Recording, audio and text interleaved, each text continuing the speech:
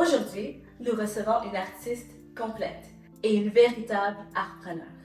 Elle est auteure, compositrice, interprète et actrice, mais aussi entrepreneuse. Cofondatrice des Studios Sona, où elle met à profit son expérience en gestion de projets et en facilitation. Lauréate du prix Coup de cœur jeunesse d'Espace Paris en 2024 à Montréal, dont elle est aussi cofondatrice, elle incarne parfaitement le mariage entre créativité et entrepreneuriat. Cette personne est une personne qui m'est très chère, une personne que je respecte beaucoup et honnêtement, je le dis à vous tous, c'est l'entrevue de l'année. Aidez-moi à accueillir chaleureusement Angélique Sanchez. Allô, bonjour, merci de me recevoir, Christelle. Ben là, avec plaisir, c'est vraiment un honneur pour moi. Je suis tellement excitée, tu le sais déjà, mais promis, je vais essayer pour vous tous de me calmer pour que vous puissiez vraiment bénéficier de tout ce qu'elle a à nous partager aujourd'hui. So, let's get into it. Yes! Alors, Angie, toi, tu es née en France et tu habites ici au Canada. Alors, on aimerait savoir, qu'est-ce qui t'a poussé, qu'est-ce qui t'a motivé à venir de l'autre côté de la planète? C'est une question qu'on me pose souvent et c'est vrai que je vis à Montréal depuis 6 ans maintenant, un peu plus de 6 ans, et je suis venue pour faire un stage. J'ai été au chômage en France et j'ai eu une opportunité de venir pour un stage de 6 mois à Montréal. Donc je me suis dit, 6 mois c'est cool, c'est une petite parenthèse, ça permet de faire un petit break et en même temps j'ai toujours aimé voyager, donc c'était l'opportunité de venir voir un peu ce qui se passe à Montréal, au Canada, en n'ayant pas trop de responsabilités, puisque 6 mois c'est court. 6 mois, t'as pas besoin de t'engager. 6 mois, c'est un peu les vacances. D'ailleurs, c'est ce que j'ai fait. J'ai beaucoup voyagé, j'ai dépensé toutes mes économies. J'étais en mode, ouais, c'est la fête et tout. Et puis bon, finalement, on est 6 ans plus tard et je suis encore là. Donc finalement, ce 6 mois s'est transformé en 6 ans. Et c'est vraiment parti d'une opportunité, finalement, alors que je vivais une période qui était un peu difficile, comme je ne travaillais pas, je ne savais pas trop où j'en étais. Et puis l'opportunité s'est présentée, je l'ai saisie. Et puis c'est une opportunité qui finalement a changé le cours de ma vie. Et a changé le cours de ma vie. C'est une perte peut-être pour France, mais pour nous, à Montréal, au Canada, c'est une victoire! Ouais! Mes amis de France, je vous aime toujours. Oui, oui, moi aussi je vous aime. Vous avez bien pris soin d'Angie pour que nous, on puisse profiter de la personne exceptionnelle qu'elle est. Donc, merci beaucoup pour le partage et merci au Seigneur pour le partage d'avoir emmené Angie ici au Canada parce que ta présence fait vraiment une différence. En tout cas, moi, je peux le dire, c'est sûr. Alors, est-ce que tu peux nous dire, Angie, en quoi l'immigration a apporté de nouvelles opportunités pour toi, notamment dans l'entrepreneuriat et dans le domaine de l'art, de la culture? Ouais, alors en fait, moi, entrepreneur, c'était pas du tout dans mon scope. C'était vraiment pas dans mes pensées, c'était pas au programme. Il y en a qui sont entrepreneurs dans leur sang, dans l'enfance, ils ont plein d'activités qui font qu'ils développent déjà ces compétences d'entrepreneuriat. Moi, pas tant. J'avais pas tant d'ambition professionnelle. Moi, je voulais une petite vie tranquille, mon 9 à 5, mes assurances. Et quand j'y pense aujourd'hui, ça fait pas de sens. Enfin, la vie que je mène aujourd'hui, elle fait plus de sens en tout cas que la vie que j'avais avant. Et en fait, ça, c'est vraiment le Canada qui m'a apporté cette possibilité, cette ouverture, parce que, pareil, dans une période où j'étais à nouveau sans emploi, où j'étais vraiment à me questionner sur ce que j'allais faire, je me suis même posé la question de est-ce que c'est mon signe pour rentrer. Finalement, c'est quand j'étais au chômage que je suis venue au Canada, donc peut-être que c'était aussi un signe de OK, it's time to go back. Et en fait, pas du tout, c'est là que l'opportunité d'entrepreneuriat a commencé. En fait, par quelqu'un avec qui je travaillais dans un de mes travails, dans un de mes jobs, qui m'a dit hey, tu sais, moi je connais un collaborateur, il a souvent besoin d'aide. Et toi, tu connais telle chose, je pense que vous devriez vous rencontrer. Et en fait, c'est vraiment le réseau qui a commencé à me donner mes premières missions. Vraiment plus des missions de sous-traitance. Donc parfois, on ne le considère pas vraiment comme de l'entrepreneuriat. Je pense que les premiers temps où j'étais entrepreneur, comme je travaillais pour quelqu'un d'autre, mais je faisais des missions finalement, des mandats, et j'en avais plusieurs, mais comme c'était pas moi qui étais au devant, je me sentais pas vraiment entrepreneur. Et puis finalement, la structure aussi ici, elle permet que tu peux commencer demain à être entrepreneur.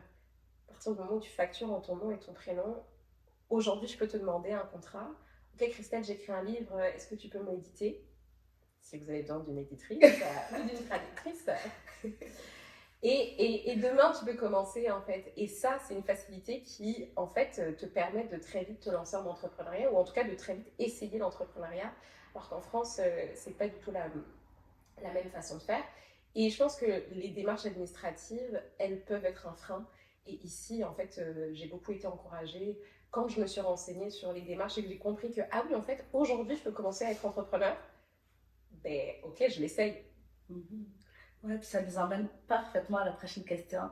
Comment tu encouragerais quelqu'un ou quel conseil tu leur donnerais s'ils ont peur justement de se lancer en entrepreneuriat, ils ont peur de l'inconnu, parce que c'est vrai que l'entrepreneuriat vient avec ses défis.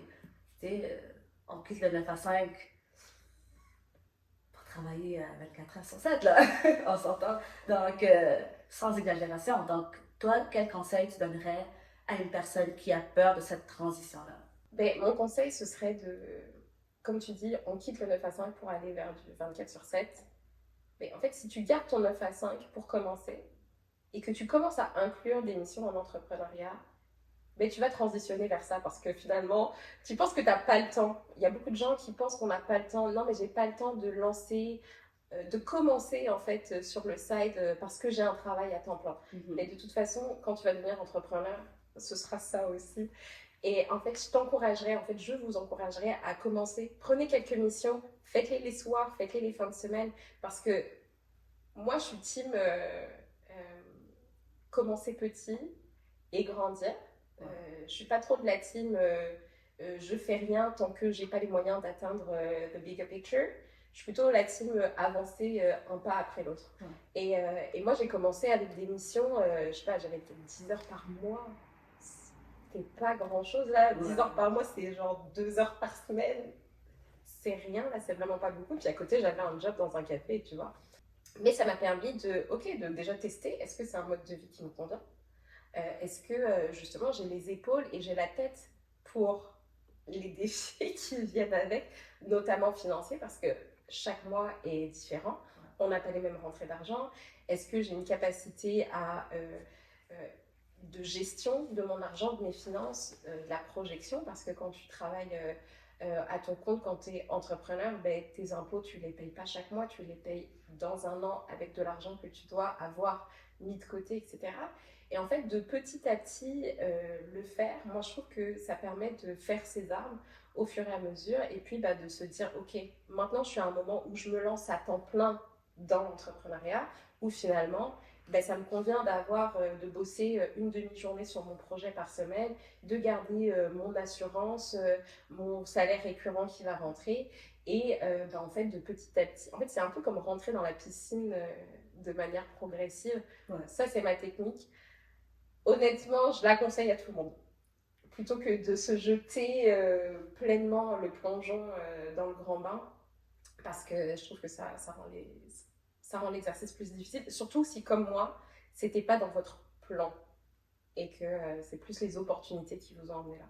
Oui, absolument. Et je suis d'accord avec toi. Moi aussi, quand j'ai commencé, je travaillais et je faisais mes projets à côté. Donc, je t'appuie vraiment dans ton partage. Merci beaucoup euh, de nous avoir laissé comprendre un petit peu ton cheminement dans l'entrepreneuriat. On va faire un petit switch. On va aller un petit côté artistique parce que vraiment, toi, tu me surprends là avec ton art et les médiums différents que tu utilises pour t'exprimer. Que ce soit à travers l'écriture, que ce soit à travers l'acting, que ce soit à travers d'autres façons avec la musique. Euh, et tu sors justement une chanson bientôt. Ok, Yes. je suis gênée. Moi, je suis très excitée, j'ai tellement hâte. Et cette chanson s'appelle 16 ans. Est-ce que tu peux nous parler un petit peu de la création derrière cette tune que nous allons bientôt être très bénis dans nos oreilles et dans nos cœurs? Ouais, cette chanson, en fait, elle parle justement des épreuves qu'on peut avoir dans la vie, des moments où on passe par des moments de sécheresse, on passe par des moments de tempête, Et puis c'est vraiment l'idée que malgré les saisons dans lesquelles on passe, ben, l'idée c'est vraiment de tourner le regard vers Dieu, de tourner le regard vers le Seigneur, parce que finalement c'est lui qui donne la pluie quand il y a besoin d'arroser, c'est lui qui donne le soleil, et que sans ça, en fait, les éléments de la nature eux-mêmes ne peuvent pas pousser.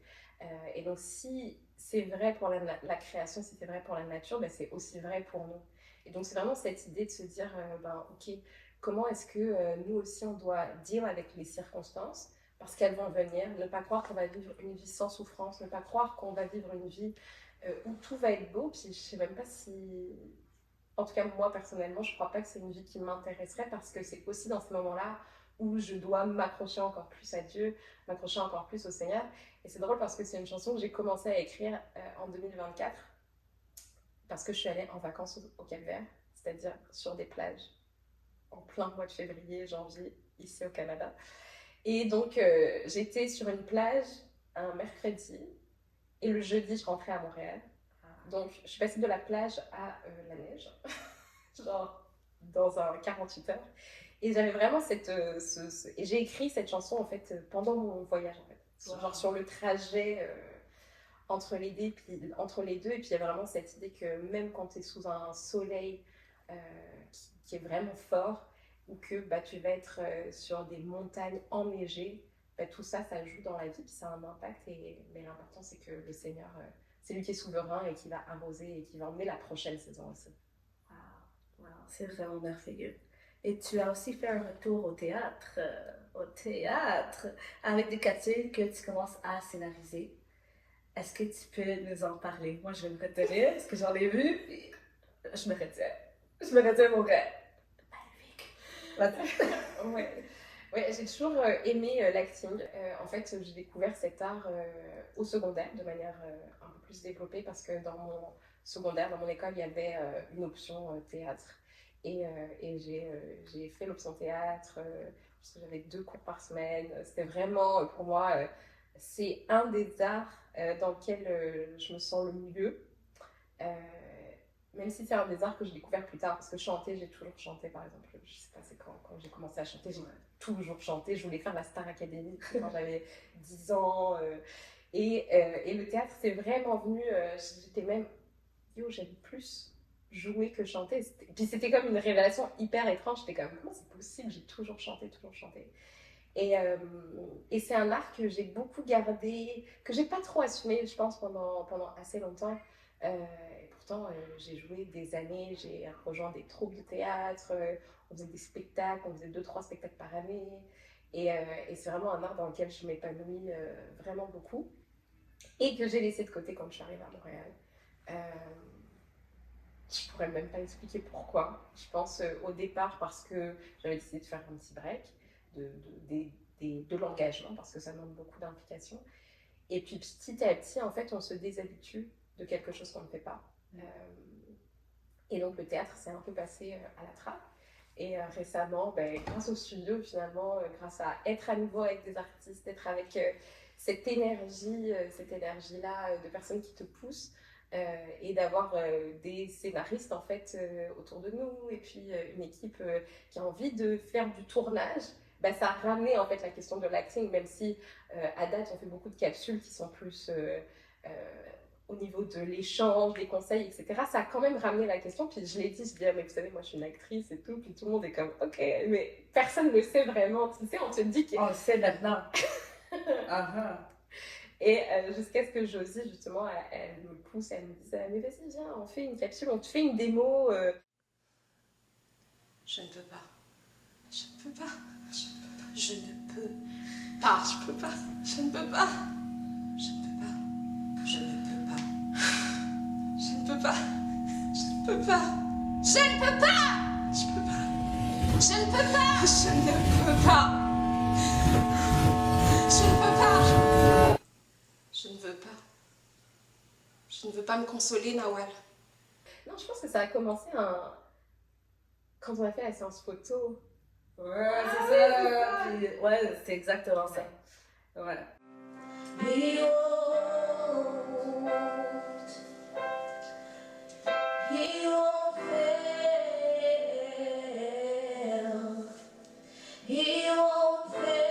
chantais en arrière, puis là, après ça, t'avais fait un truc lip-sync, puis c'était tellement fantastique. Et je pense que de là, vous avez vu que vraiment j'étais capable de... Ben ouais, on était impressionnés, là. Pour vrai, MJ, tu es vraiment bonne. Sérieusement. Tu es très crédible. En tout cas, vous allez voir pour vous-même parce que MJ va apparaître, pas juste dans un, pas juste deux, mais plusieurs projets que des gens sont en train de travailler. Ouais. Donc, je ne vais pas en dire plus. Stay tuned. Stay tuned.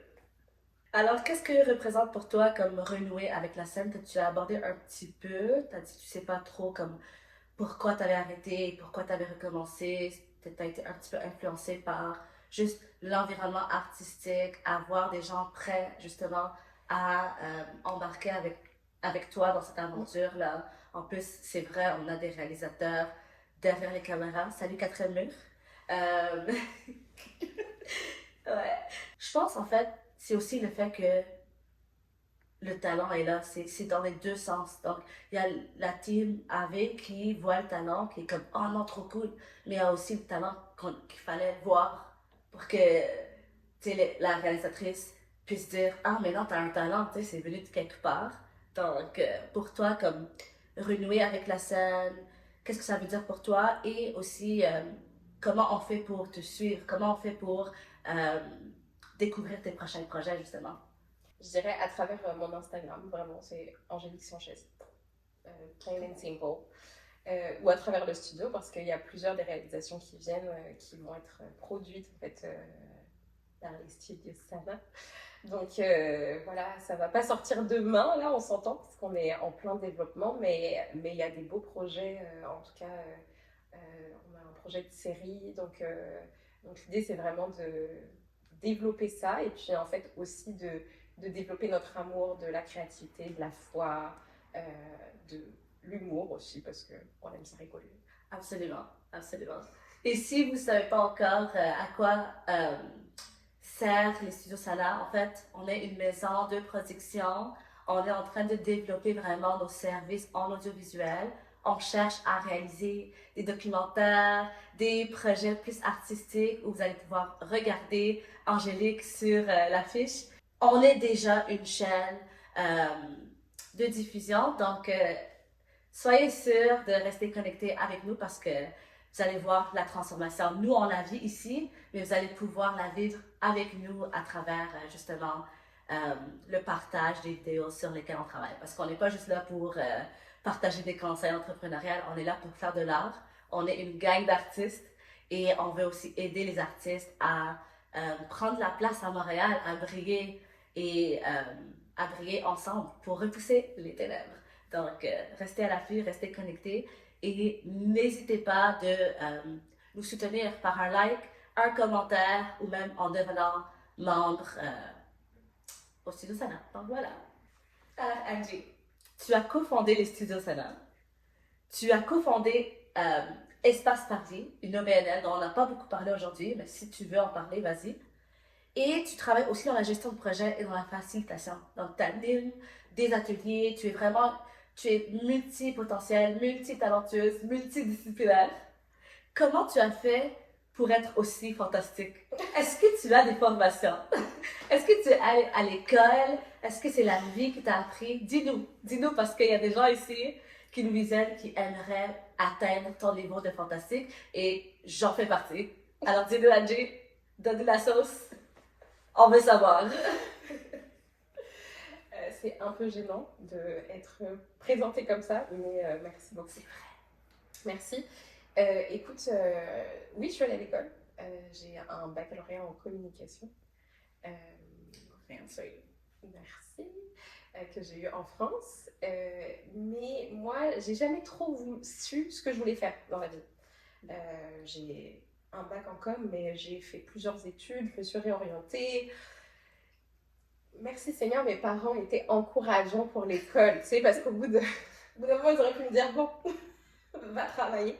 Mais mes parents ont vraiment soutenu comme, ok, si tu veux aller à l'université, vas-y. Puis finalement, j'ai fini avec mon bac en com. Mais c'est ça, j'ai jamais trop voulu savoir ce que je voulais faire. Puis, en fait, j'aime pas trop faire une seule chose. Ça, c'est dans mon caractère depuis tout le temps, là, depuis l'enfance. J'aime bien faire plein de trucs. J'aime bien avoir plusieurs projets. Quand je dois faire un seul truc, je m'ennuie assez vite. Et donc, pour moi, je dis souvent que dans ma tête, j'ai plein de tiroirs.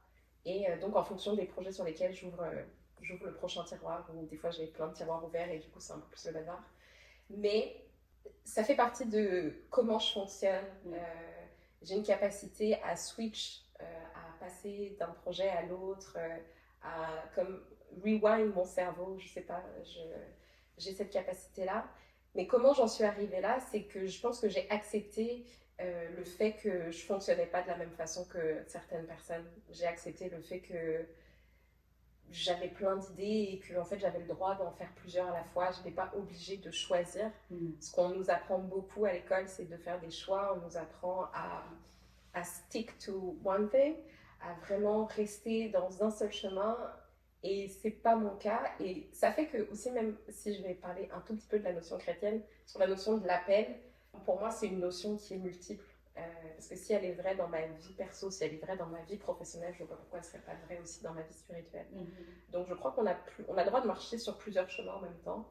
On a le droit de jouer à la marraine en même temps dans la vie. Et je pense que c'est un peu comme ça que je vis mes projets, les projets des studios, les projets d'Espace Paradis, les projets avec mes clients en gestion de projet. Et dedans aussi, essayer de ne pas oublier justement que je suis aussi une artiste, une créative. Mais comment on en vient là, c'est qu'on peut accepter d'avoir plusieurs projets en parallèle. J'ai l'avantage de ne pas être monocentrée, même si des fois c'est un défaut parce qu'on peut paraître éparpillé. C'est difficile à expliquer. Quand les gens me demandent ce que je fais, dépendamment de la personne à qui je parle, je vais commencer d'un côté et puis la personne va me dire « Ah bon, tu fais ça, mais je croyais que tu faisais ça. » Oui, mais c'est parce qu'en fait, je fais aussi ça. Donc, je sais que parfois, de l'extérieur, ça peut sembler brouillon ou ça peut sembler incompréhensible. Ouais. Mais mes semaines, elles ont du sens. Je travaille par bloc, beaucoup.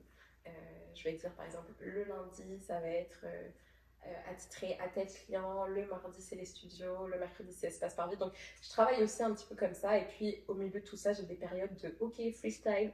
On ouvre tous les courriels, on ouvre tous les messages et puis on voit c'est quoi les priorités. Mais ça fonctionne parce que dans ma tête, ça va très très vite. Et du coup, ouais, je sais pas comment on peut y arriver, mais ça se fait. Ouais, absolument. Et j'aime le fait que tu as une diversité de manières d'approcher l'entrepreneuriat, l'art et la vie parce que c'est pas une formule magique en fait.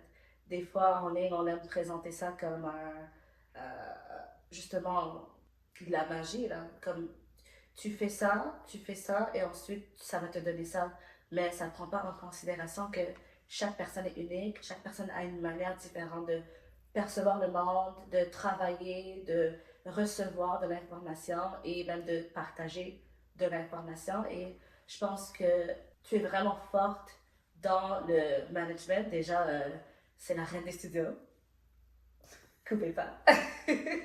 Alors, grâce à toi, je sais pas si on devrait dire ça, genre, c'est à vous de voir, mais on est une gang de neurodivergents ici, on est très différents, on a tous des cerveaux qui sont très très uniques et des fois ça peut être chaotique, surtout en tant qu'artiste. On dit tout le temps que les artistes sont chaotiques ou sans structure, mais toi, tu es une artiste et pourtant tu es structuré, tu es organisé, puis comme tu as partagé, tu arrives à planifier ton horaire. Déjà, moi, avec les horaires, je le fais par obligation, mais c'est très difficile pour moi. Mais tu arrives à vraiment avoir une belle structure qui fonctionne et qui influence le reste de l'équipe. On est une équipe de 7 personnes et on le dit tous, comme grâce à toi, nous aussi, on peut comme, être des artistes organisés, des artistes structurés, des artistes entrepreneurs, des entrepreneurs. Donc, merci de partager qui tu es avec nous. Et je pense que cette entrevue-là, c'est juste un début parce qu'il y a tellement de personnes, tellement d'artistes, pas juste à Montréal, mais en France, en Afrique, en Asie, là où on parle français. Les gens ont besoin de ressources, les gens ont besoin de savoir que c'est possible en fait d'être artiste, d'être entrepreneur, de concilier les deux, de sans se perdre nous-mêmes. Puis je pense que toi, tu es vraiment un exemple parfait de la réussite, de l'épanouissement et même de l'amitié et de la joie parce que, en tout cas, selon ce que je vois, tu t'amuses, tu as quand même une vie où tu prends des pauses, tu es équilibré, tu as du fun. Tu sais, t'es pas juste, oui, on travaille 24/7, mais genre, tu es équilibré, tu prends des pauses. Comme tu as dit, tu travailles en bloc. Donc, moi, je pense que toutes les personnes qui ont écouté l'entrevue aujourd'hui ont beaucoup reçu. Déjà, moi, j'en ai reçu. Et je pense qu'il y en a encore plus à donner et à recevoir de l'autre côté. Donc, c'est ça. Je voulais te dire merci, Angie. Vraiment, ça mérite 3 applaudissements. Et un cri de joie parce que tu es vraiment merveilleuse et je donne gloire au Seigneur de pouvoir travailler avec toi et de pouvoir animer la meilleure entrevue de l'année avec Angélique Sanchez. Merci beaucoup, Angie. Merci de m'avoir invitée. Avec plaisir. Et à très bientôt. Bye bye.